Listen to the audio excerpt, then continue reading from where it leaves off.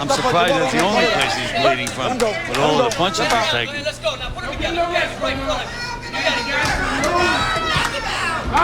Hopkins' relentless attack. Tim, these are murderous punches that Hopkins is throwing. And there you see Johnson trying to fire back. I'd take a look at him if I was his corner man between rounds, and I might stop this in the corner. Just being completely battered now. All right, stop punching, go throw his shoulders, let it go. Well, and he's not known to be a one-punch knockout artist, even though he's got 22 KOs in 32 fights. But they'd like to give him that puncher's champ. It is a world championship fight, but he's shown nothing to indicate he can come up with that. Down and throw some punches, okay? Okay.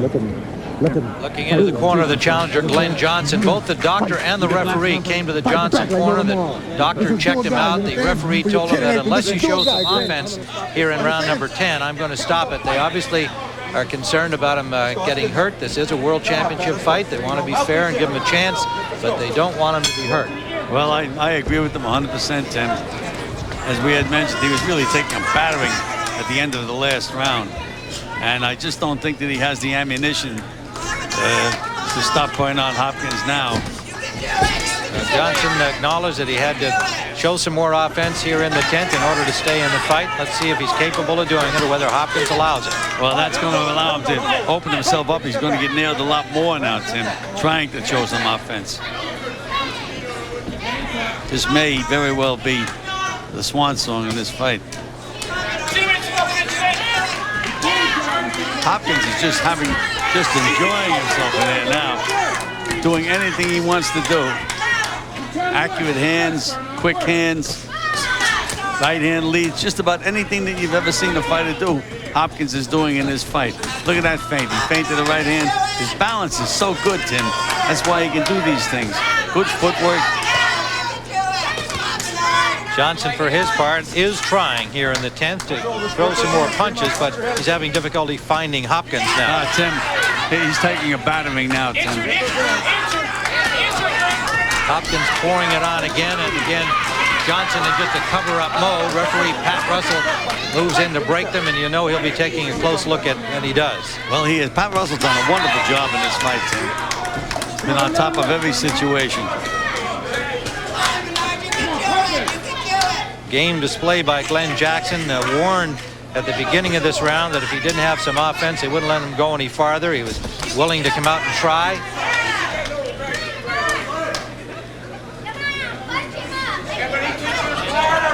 Johnson headed to his first defeat, but it's in a championship fight against the best middleweight in the world.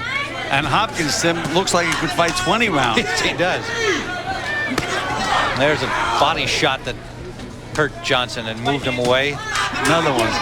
All right, let him go. Let him go. Again, Johnson just does not have any tools to keep Hopkins off him any longer in this fight. They should stop this fight so he can live to fight another day.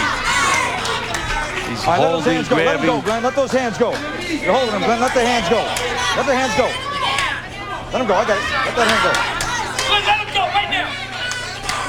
30 seconds remain in round number 10. Scheduled for 12 in this title fight. Legs look a little more wobbly with each passing second. Legs are rubbery right now. This is the danger zone in the fight. Taking a battering for an entire fight. That's why they had better keep a close eye on Johnson. Winging a couple of right hands, still trying. And missing badly with the left. Terrific effort from Johnson, but to no effect. We've got a shutout for the champion Hopkins through 10 rounds, and we'll see now whether or not the doctor is also coming in again up the stairway to our right to take, no, that's one of the inspectors, pardon me, the California State Inspector. See whether the corner of Johnson allows him to come out. Let it go. You win it in this round. You understand? Oh, I'm stopping this fight. This is it. Well, his trainer, Pat Burns, saying, you know, you got to let it go in this round. All right. We got him. We're watching it. Fight. I got it. I got it.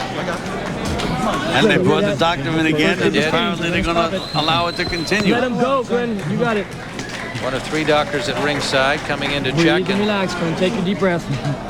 had Burns again saying he'd stop it if Burns didn't get anything going, but that was kind of the thinking for round number 10. Instead, he's going to come out for the 11th. What do you think, Gil? I just, if I was in the corner, Tim, he's being completely outclassed now. Doesn't seem to have enough strength or a big enough punch to really do anything to stop the Hopkins Express right now.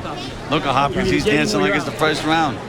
That would scare me right there. Hopkins already on his feet. The bell hasn't sounded yet, so Johnson stays on the stool. Now he's up.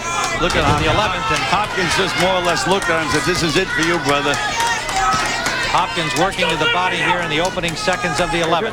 Tim, I think we're seeing a new style in the boxing business. As you mentioned, he was a well-kept secret before, but Hopkins is showing an awful lot today. But who can he fight in the middleweights? Well, he wants to unify the crowns. That's the ambition of most of the champions, there being so many in this goofy state of professional boxing. And he'd like to be an undisputed champion, but it's so rare that the other champions want to face each other. At least their promoters usually don't. Well, I think the other three champions are all controlled by Don King. And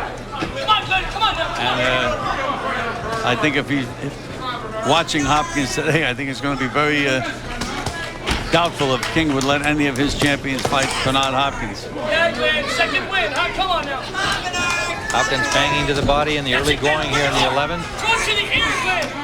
As we had mentioned in the opening, Tim, I thought that Hopkins was the best middleweight in the world today. He really has reaffirmed what I've thought of him.